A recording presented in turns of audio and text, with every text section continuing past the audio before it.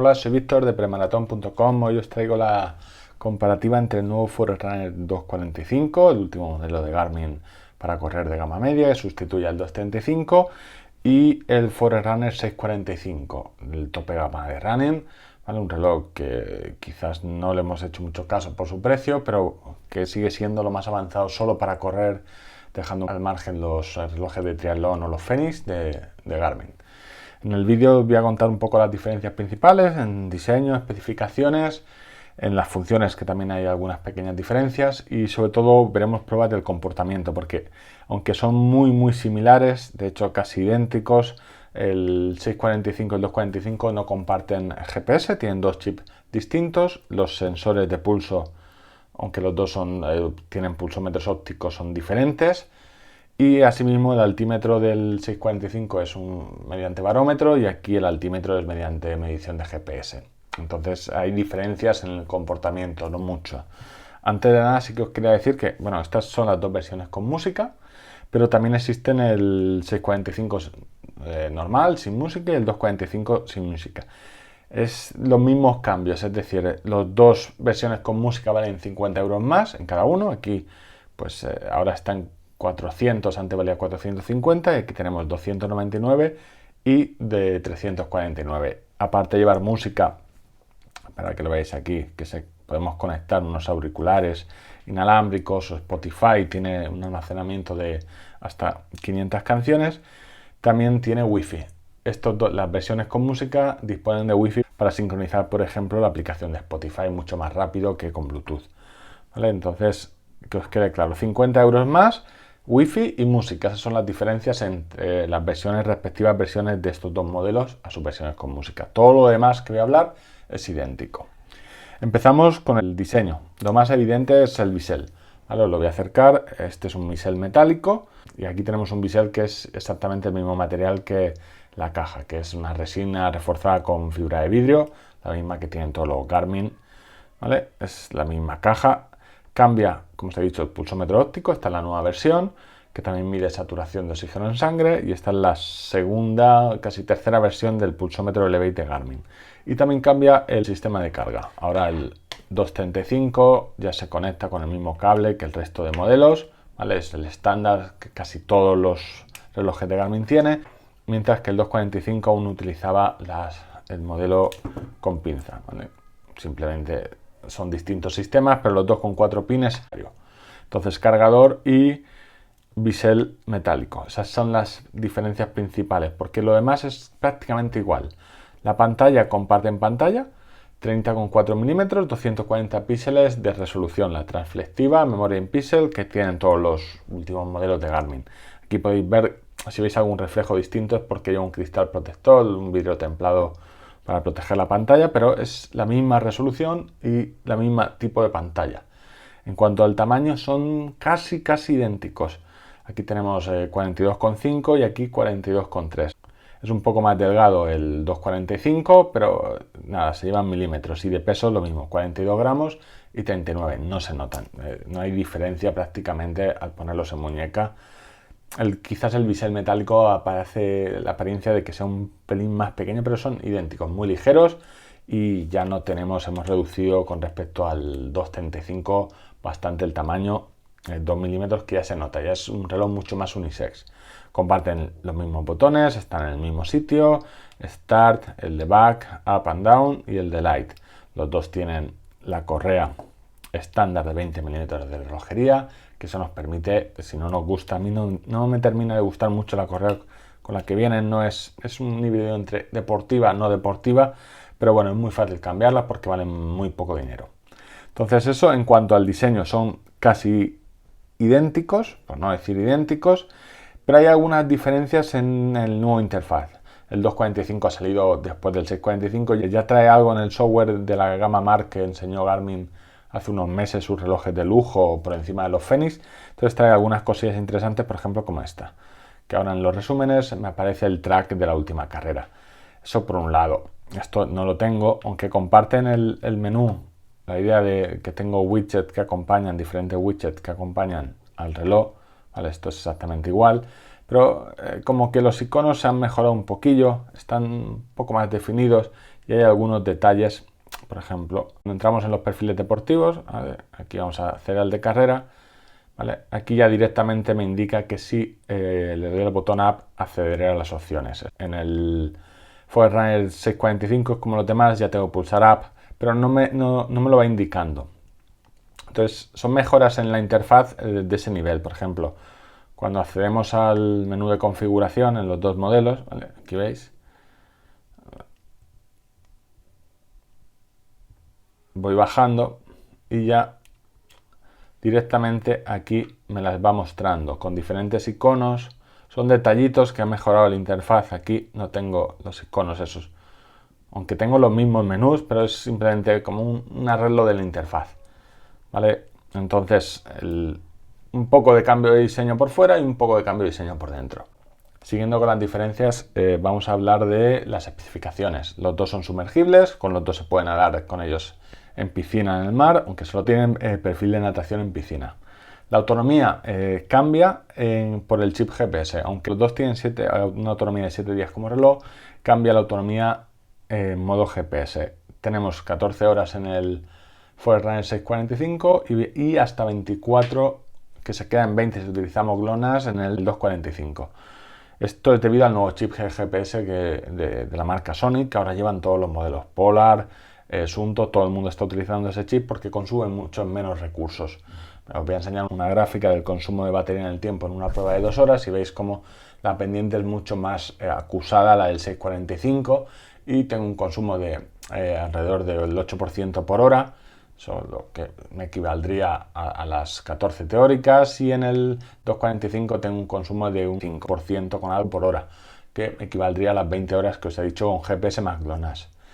Otra diferencia en su interior es el chip NFC. Solo está disponible en el 645.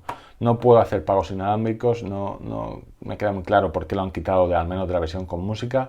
Solo está en el 645. Entonces yo accederé al menú rápido y aquí tengo el tarjetero, pulsaría, introduciría la contraseña y podría realizar pagos electrónicos. Entonces esto solo lo tenemos aquí. Otra diferencia a favor del 645 es el termómetro.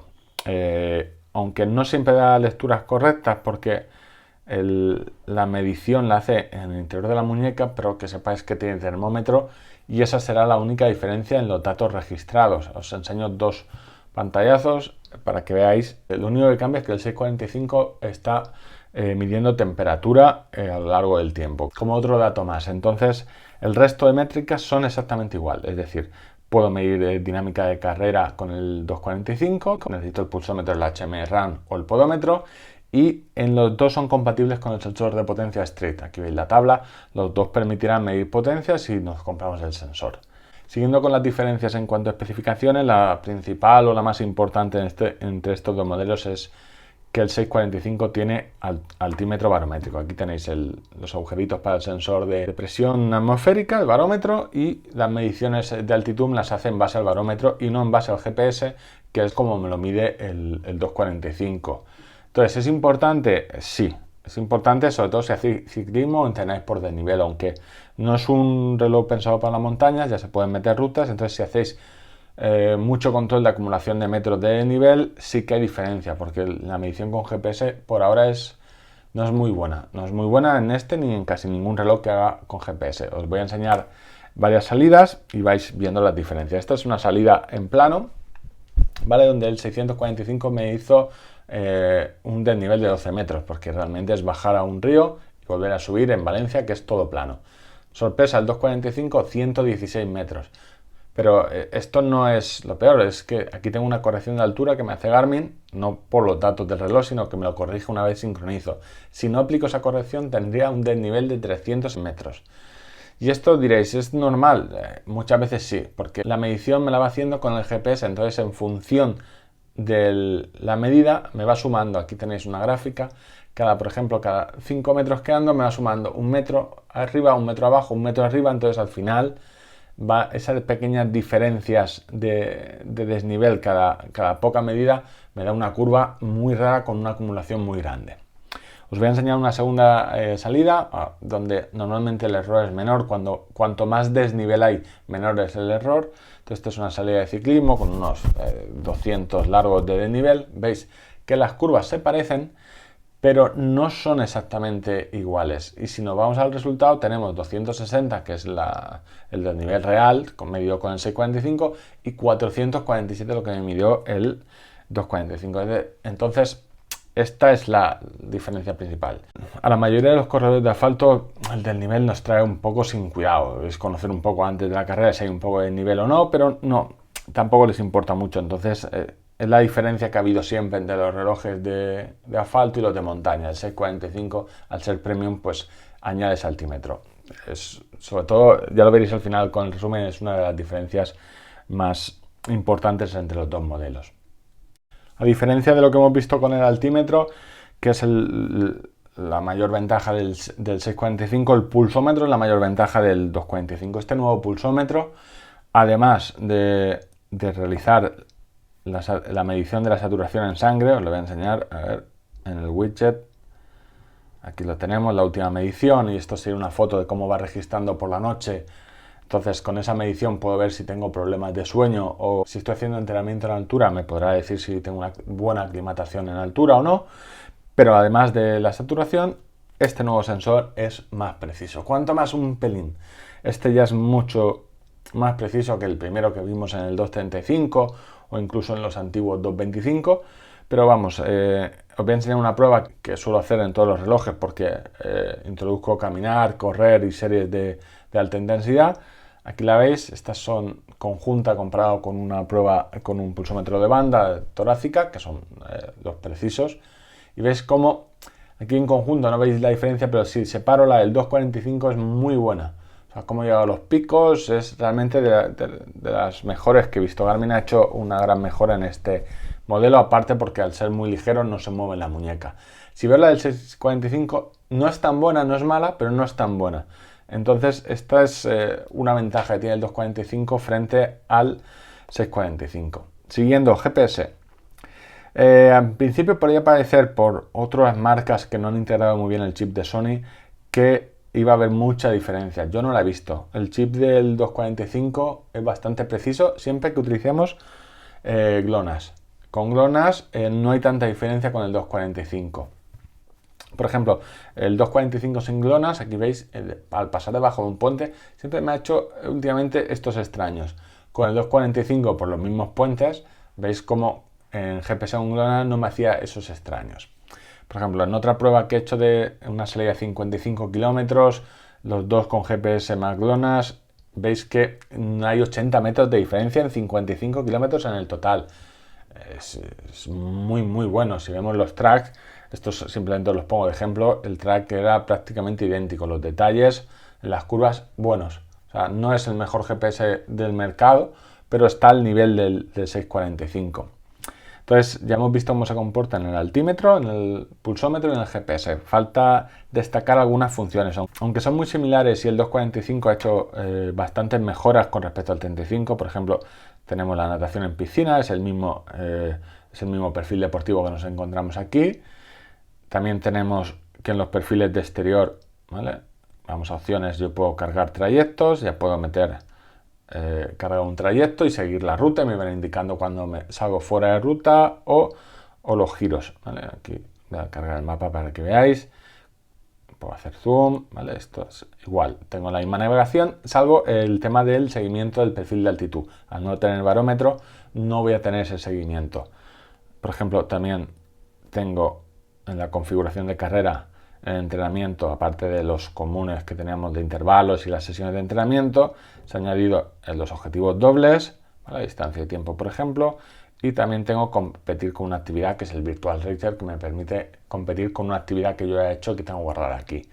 Entonces también tengo como mejora los entrenamientos de fuerza con contabilización de repeticiones automática, aunque puedo también cambiarla en el reloj. Entonces todo esto lo ha heredado del 645 y lo pone muy cerca.